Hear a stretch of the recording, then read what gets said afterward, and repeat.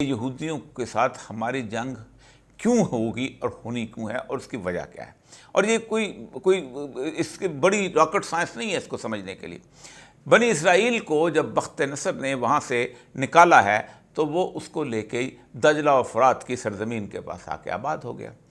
پوری کی پوری آبادی بنی اسرائیل کی میں سے 60-70 ہزار کہتے ہیں ان کو قتل کر دیا، اور جو کوئی لوہار تھا، ترخان تھا، کاریگر تھا، اس کو وہاں لے آئے اور وہ وہاں سرسب سرزمین سے وہاں رہنے لگے۔ بحیثیت امت وہاں پر موجود رہے اور انبیاء آتے رہے، اور اللہ تبارک و تعالیٰ قرآن فرماتے ہیں کہ یقتلون انبیاء بغیر حق، تم انبیاء کو بغیر حق کے قتل کرتے تھے، بغیر وجہ کے قتل کرتے تھے، آروں سے چیرتے تھے، ان کو کنگھیوں سے ان کا گوشت نوچتے تھے۔ ان کے وہاں موجودگی کے آخری عرصے میں 2-3 سال پہلے ایک پیغمبر جن کا قرآن میں یسع نام آتا ہے، جس کو ہم ایزیا کہتے ہیں، وہ تشریف لائے اور انہوں نے کہا اے قوم بنی اسرائیل، تم واپس یروشلم چلے جاؤ گے، اور جب تم واپس چلے گئے تو تمہارے درمیان اللہ ایک ایسے مسیحا کو اتارے گا کو جو حضرت داؤد علیہ السلام کے تخت پر بیٹھ کر دوبارہ ایک عالمی حکومت قائم کرے گا۔ یہودیوں کے درمیان علماء اور پیروں کا، اخیار و رہبان کا قبضہ تھا۔ انہوں نے کہا کہ یہ کون آدمی ہے کہ جو اس طرح کی باتیں کرتا ہے، ہم تو کچھ اور سوچتے ہیں، ہم تو کچھ اور کہتے ہیں، اور یہ ایسی ہم تو یہاں رہنا چاہتے ہیں۔ تو انہوں نے انہیں حضرت یسع کو ذبح کر دیا آری کے ساتھ۔ لیکن کچھ عرصے کے بعد سائرس اعظم نے بابل نینوا میں حملہ کیا، نمرود کی سلطنت جو تھی تباہ و برباد کر دی، اور یہودیوں سے کہا تم اپنے وطن واپس چلے جاؤ۔ جب یہ اپنے وطن واپس چلے گئے تو وہاں پر اللہ تبارک و تعالیٰ نے سیدنا عیسیٰ علیہ السلام کو مبعوث کیا، اور یہ ثابت کرنے کے لیے کہ یہ واقعی اللہ کا پیغمبر ہے اور مسیح ہے، ایسی نشانیاں دے کر بھیجا جن کو جھٹلانا ممکن نہیں تھا۔ مثلا وہ ایک ایسی ماں کے نیک سیرت، نیک خاندان کی ماں کے گھر میں پیدا ہوئے کہ جس کے گھر میں کبھی کسی نے کسی پردے میں کسی چہرہ تک نہیں دیکھا تھا، اور بغیر باپ کے پیدا ہوئے۔ ثبوت دینے کے لیے اللہ نے حضرت عیسیٰ کو اذن دیا، اجازت دی، اور انہوں نے پالنے میں بول کر، پنگوڑے میں بول کر کہا کہ میں اللہ کا نبی ہوں۔ لیکن یہودی پھر بھی نہ مانے۔ پھر اس کے بعد جب وہ آپ کسی مادرزاد نبینہ کی آنکھ میں ہاتھ پھیرتے تھے تو وہ دیکھنے لگ جاتا تھا، کسی کوڑی کے جسم پہ ہاتھ پھیرتے تھے تو وہ زندہ ہو جاتا تھا، ٹھیک ہو جاتا تھا، تندرست ہو جاتا تھا، اور کسی مردہ کی قبر پہ کھڑے ہو کے کہتے تھے قم بإذن اللہ، تو زندہ ہو جاتا۔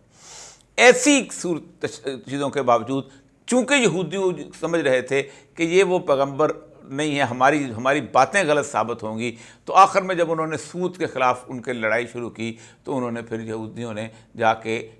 رومن گورنر سے کہا کہ اس کو صلیب پہ چڑھا دیا جائے، اور اس کا بنیادی مقصد یہ تھا کہ 2 چیزیں ثابت ہو جائیں گی۔ ایک تو یہ ثابت ہو جائے گا کہ یہ وہ مسیحا نہیں ہے کہ جو مسیحا جو ہے یہاں پر تخت پر آ کے بیٹھے گا اور عالمی حکومت قائم کرے گا، اور دوسرا یہ تھا کہ صلیب پہ کبھی ذلت آمیز موت جو ہے وہ پیغمبر کی نہیں ہوتی، اللہ تعالیٰ پیغمبر کو جو ہے وہ نکال لیتا ہے۔ لیکن اللہ تبارک و تعالیٰ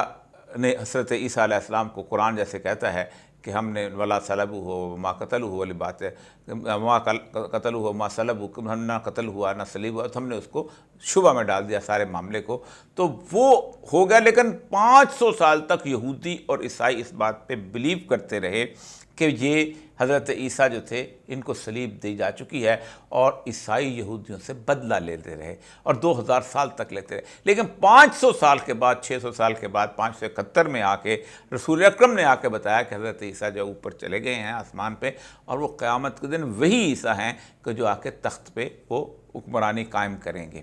2000 سال تک عیسائی جو ہیں ان کو مارتے رہے، کبھی وہ ٹسکنی میں مارے گئے، کبھی وہ ملان میں مارے گئے، کبھی وہ یورپ میں مارے گئے، ہٹلر نے ان کو مارا، سب کچھ۔ اس تکلیفیں برداشت کرنے کے ساتھ ساتھ آخر 1916 میں انہوں نے بالفور ڈیکلریشن سائن کیا، جس کا مقصد یہ تھا، جس کا ملب لباب یہ تھا کہ every Jew living in any part of the world is to be considered as a one nation and he has all right to go back to the Jew۔ اب وہ ہوا یہ کہ انہوں نے کہا کہ اب ہم ارض مقدسہ جائیں گے اور وہاں جا کے اپنی حکومت قائم کریں گے اور اپنے مسیحا کا انتظار کریں گے۔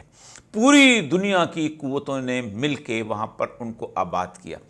پہلا قافلہ جو ہے وہ 60 لوگوں کا قافلہ آیا تھا، اور روتشیلڈ فیملی کا سربراہ ان کو لے کے آیا تھا۔ ایک ہاتھ میں اس کے 60 گھونگے گرے کلر کے تھے، دوسرے ہاتھ میں سفید کے تھے، اور ایک ٹیلے کے اوپر کھڑے ہو کے اس نے پلاٹ تقسیم کیے تھے 60۔ یہ 60 فیملیز آئی تھیں، اور اپنے ساتھ 5 گوریلا فائٹرز لے کے آئے تھے جو ان کے ساتھ بعد میں آباد ہوئے۔ تل ابیب کہتے ہیں ایک ایسا ٹیلہ جس کے نیچے پانی ہو۔ 1911 میں آباد ہوئے، آہستہ آہستہ آہستہ آہستہ زمینیں خریدتے کھریدتے 1948 میں انہوں نے اسرائیل بنا لیا۔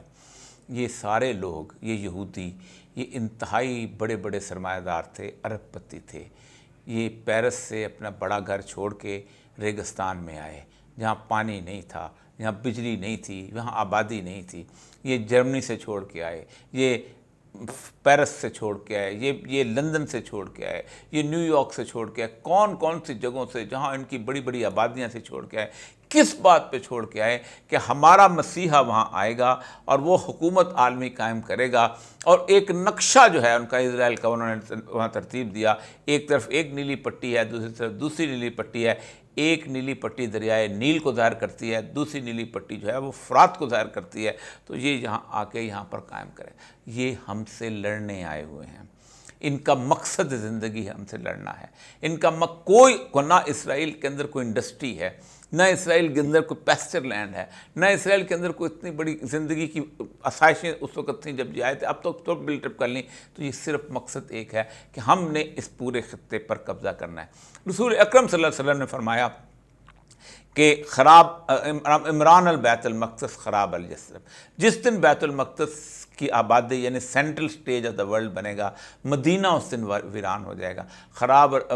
یثرب خروج الملحمہ، اور جب مدینہ کے اندر ویرانی آئے گی تو اس کے بعد بڑی جنگ کا آغاز ہوگا، اور خروج الملحمہ